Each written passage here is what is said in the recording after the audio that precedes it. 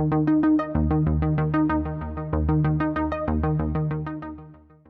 Friends, welcome to एप्साउटर्स। आज की इस वीडियो में आपको बताने वाला हूं कि आप अपने वेबसाइट के होम पेज पे कैसे आप स्लाइडर को ऐड कर सकते हैं। तो इस वीडियो में मैं बहुत ही आसान तरीके बताऊंगा जिसके थ्रू बहुत ही आसानी से आप अपने वेबसाइट के होम पेज पे या किसी भी पेज पे आप स्लाइडर को ऐड कर सकते हैं। जितना भी चाहें स्लाइडर आप बना सकते हैं एज पर दी रिक्वायरमेंट, और उसको अपने वेबसाइट पर ऐड कर सकते हैं। तो चलिए इस वीडियो को स्टार्ट करते हैं।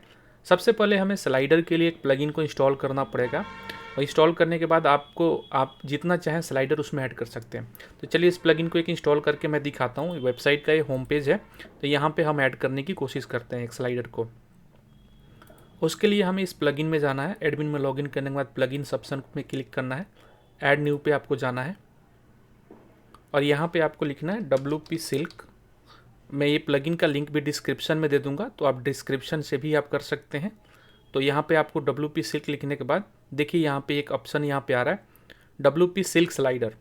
आप यहाँ पे कंप्लीट भी टाइप कर सकते हैं, नॉर्मली WP सिल्क लिखेंगे तो भी हो जाएगा।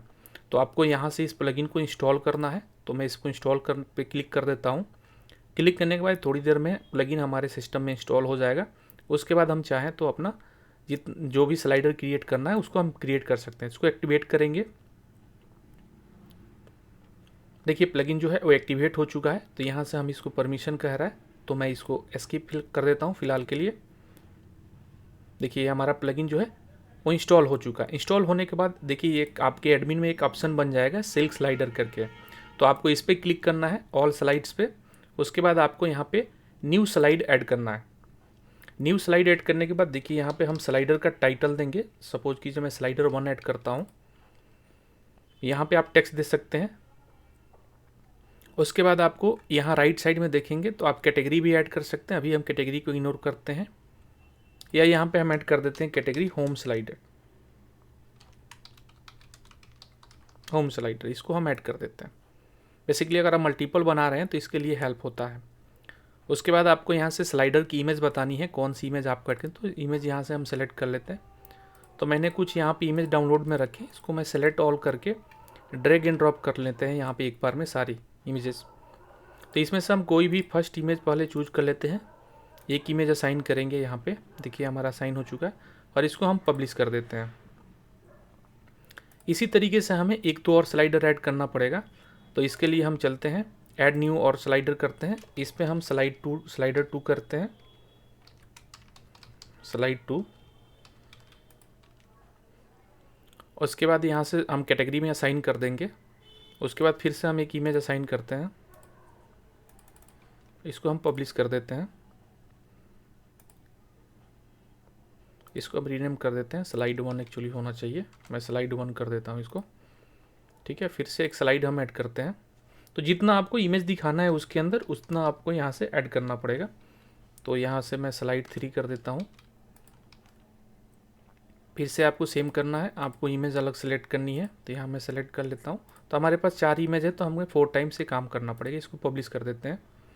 उसके बाद एक और स्लाइडर हमें ऐड करना पड़ेगा। तो यहाँ पे मैं ऐड कर लेता हूँ स्लाइड 4। फिर से हम कैटेगरी असाइन करेंगे। उसके बाद हम एक इमेज सेलेक्ट कर लेते हैं। तो ये हमने 4 स्लाइड ऐड कर दिया। इसको हम पब्लिश कर देते हैं। पब्लिश करने के बाद आपको यहाँ आना है। देखिए हमारे चारों स्लाइडर ऐड हो चुके हैं। कैटेगरी है होम स्लाइडर, और इमेजेस हमें ऐड हो गई है। उसके बाद आपको कैटेगरी पे क्लिक करना है। कैटेगरी पे क्लिक करने के बाद देखिए यहाँ पे हमें इसका स्लग दिख रहा है, और यहाँ पे हमारी कैटेगरी दिख रही है। ठीक है, अब यहाँ से आप कैटेगरी बन चुका है हमारा। उसके बाद हाउ इट वर्क्स में जाना है, और हाउ इट वर्क्स में जा करके यहाँ पे देखिए हमें ये ऑप्शन दिखा रहा है कि आपको कैसे इसको अपने वेबसाइट पे इम्बेड करना है। तो इम्बेड करने के सारे तरीके यहाँ पे आपको दिखा रहा है। तो हमें सिंपली इसको कॉपी करना है। ये जो शॉर्ट कोड दिख रहा है इसको हम कॉपी करेंगे। कॉपी करने के बाद किसी भी पेज पे जाएंगे, तो एक पेज पे जाते हैं हम। एक हम पेज क्रिएट कर लेते हैं जिसका नेम रखते हैं होम पेज। अगर आपके पास ऑलरेडी है तो आप उसका इस्तेमाल कर सकते हैं। और इस कोड को हम यहाँ पे पेस्ट कर देते हैं। बेसिकली इसको पब्लिश कर देते हैं। पब्लिश करने के बाद यहाँ पे व्यू ऑप्शन आ जाएगा, इसको ओपन कर लेते हैं। देखिए हमारा ये स्लाइडर क्रिएट हो चुका है। तो हमारा पेज भी एक ऐड हो चुका है होम पेज, और इस पर हमारा स्लाइडर आ गया है।